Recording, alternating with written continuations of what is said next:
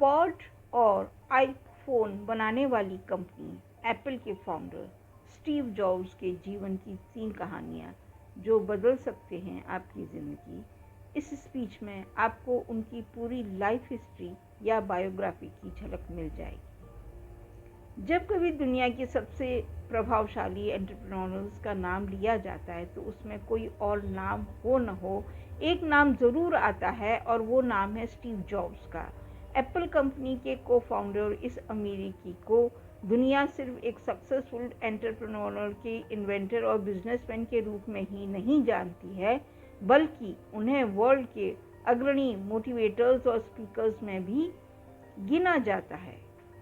यह उनका स्पीच है, इसे सुनिए। Thank you. आज वर्ल्ड में सबसे बेहतरीन यूनिवर्सिटीज़ में से एक के दीक्षांत समारोह में शामिल होने पर मैं खुद को गौरवान्वित महसूस कर रहा हूँ। मैं आपको एक सच बता दूँ, मैं कभी किसी कॉलेज में पास नहीं हुआ और आज पहली बार मैं किसी कॉलेज ग्रेजुएशन सेरेमनी के इतना करीब पहुँचा हूँ। आज मैं आपको अपने जीवन की 3 कहानियाँ सुनाना चाहूँगा। ज़्यादा कुछ नहीं, बस 3 कहानियाँ। मेरी पहली कहानी डॉट्स कनेक्ट करने के बारे में है। रीड कॉलेज में दाखिला लेने के 6 महीने के अंदर ही मैंने पढ़ाई छोड़ दी, पर मैं उसके 18 महीने बाद तक वहाँ किसी तरह आता जाता रहा। तो सवाल उठता है कि मैंने कॉलेज क्यों छोड़ा। एक्चुअली इसकी शुरुआत मेरे जन्म से पहले की है। मेरी बायोलॉजिकल मदर एक यंग अविवाहित ग्रेजुएट स्टूडेंट थी और वह मुझे किसी और को एडॉप्शन के लिए देना चाहती थी, पर उनकी एक ख्वाहिश थी कि कोई कॉलेज ग्रेजुएट ही मुझे अडॉप्ट करे। सब कुछ बिल्कुल सेट था और मैं एक वकील और उसकी वाइफ के द्वारा अडॉप्ट किया जाने वाला था कि अचानक उस कपल ने अपना विचार बदल दिया और डिसाइड किया कि उन्हें एक लड़की चाहिए। इसलिए तब आधी रात को मेरे पेरेंट्स जो तब वेटिंग लिस्ट में थे को कॉल करके बोला गया कि हमारे पास एक बेबी बॉय है, क्या आप उसे गोद लेना चाहेंगे। और उन्होंने झट से हाँ कर दी। बाद में मेरी बायोलॉजिकल मदर को पता चला कि मेरी माँ कॉलेज पास नहीं है और पिता तो हाई स्कूल पास भी नहीं है, इसलिए उन्होंने अडॉप्शन पेपर्स साइन करने से मना कर दिया। पर कुछ महीनों बाद मेरे होने वाले पेरेंट्स के मुझे कॉलेज भेजने के आश्वासन के बाद वो मान गई।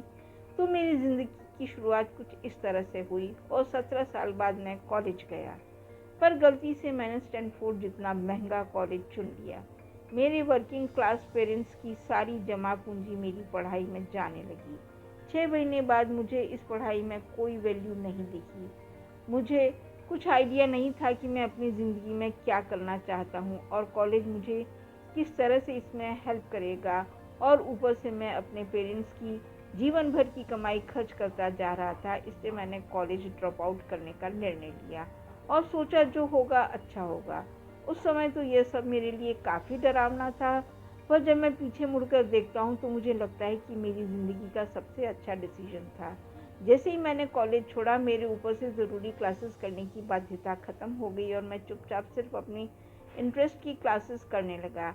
ये सब कुछ इतना आसान नहीं था। मेरे पास रहने के लिए कोई रूम नहीं था, इसलिए मुझे दोस्तों के रूम में फर्श पे सोना पड़ता था। मैं कोक की बोतल लौटाने से मिलने वाले पैसों से खाना खाता था। मैं हर संडे 7 मील पैदल चलकर हरे कृष्णा टेम्पल जाता था ताकि कम से कम हफ्ते में एक दिन पेट भर खाना खा सकूं। यह मुझे काफ़ी अच्छा लगता था। मैंने अपनी लाइफ में जो भी अपनी क्यूरोसिटी और इंट्यूशन की वजह से किया, वह बाद में मेरे लिए प्राइसलेस साबित हुआ। Let me give an example. उस समय रीड कॉलेज शायद दुनिया की सबसे अच्छी जगह थी जहाँ कैलीग्राफी सिखाई जाती थी। पूरे कैंपस में हर एक पोस्टर्स, हर एक लेबल बड़ी खूबसूरती से हाथों से कैलीग्राफ किया होता था। चूँकि मैं कॉलेज में ड्रॉप आउट कर चुका था, इसलिए मुझे नॉर्मल क्लासेस करने की कोई ज़रूरत नहीं थी। मैंने तय किया कि मैं कैलीग्राफी की क्लासेस करूंगा और इसे अच्छी तरह से सीखूंगा। मैंने सेरिफ और सैंस सेरिफ टाइपफेसेस के बारे में सीखा, अलग अलग लेटर कॉम्बिनेशन के बीच में स्पेस वेरी करना और किसी अच्छी टाइपोग्राफी को क्या चीज़ अच्छी बनाती है यह भी सीखा। यह खूबसूरत था, इतना आर्टिस्टिक था कि इसे साइंस द्वारा कैप्चर नहीं किया जा सकता था और ये मुझे बेहद अच्छा लगता था। उस समय जरा सी भी उम्मीद नहीं थी कि मैं इन चीज़ों का यूज़ कभी अपनी लाइफ में करूँगा। लेकिन जब 10 साल बाद हम पहला मैकिंटोश कंप्यूटर बना रहे थे, तब मैंने इस मैक में डिज़ाइन कर दिया और मैक खूबसूरत टाइपोग्राफी युक्त दुनिया का पहला कंप्यूटर बन गया। अगर मैंने कॉलेज से ड्रॉप आउट नहीं किया होता तो मैक में मैं कभी मल्टीपल टाइप ऑफ फेसेस या प्रोपोर्शनल स्पेस्ड फॉन्ट्स नहीं होते, और चूंकि विंडोज़ ने मैक की कॉपी की थी तो शायद किसी भी पर्सनल कंप्यूटर में ये चीज़ें नहीं होती। अगर मैंने कभी ड्रॉप आउट ही नहीं किया होता तो मैं कभी कैलीग्राफी की वो क्लासेस नहीं कर पाता, और फिर शायद पर्सनल कंप्यूटर्स में जो फॉन्ट्स होते हैं वो होते ही नहीं। ऑफ कोर्स जब मैं कॉलेज में था तब भविष्य में देखकर इन डॉट्स को कनेक्ट करना इम्पॉसिबल था, लेकिन 10 साल बाद जब मैं पीछे मुड़कर देखता हूँ तो सब कुछ बिल्कुल साफ नज़र आता है। आप कभी भी फ्यूचर में झांककर डॉट्स कनेक्ट नहीं कर सकते, आप सिर्फ पास्ट देखकर ही डॉट्स कनेक्ट कर सकते हैं। इसलिए आपको यकीन करना होगा कि अभी जो हो रहा है वह आगे चलकर किसी न किसी तरह आपके फ्यूचर से कनेक्ट हो जाएगा।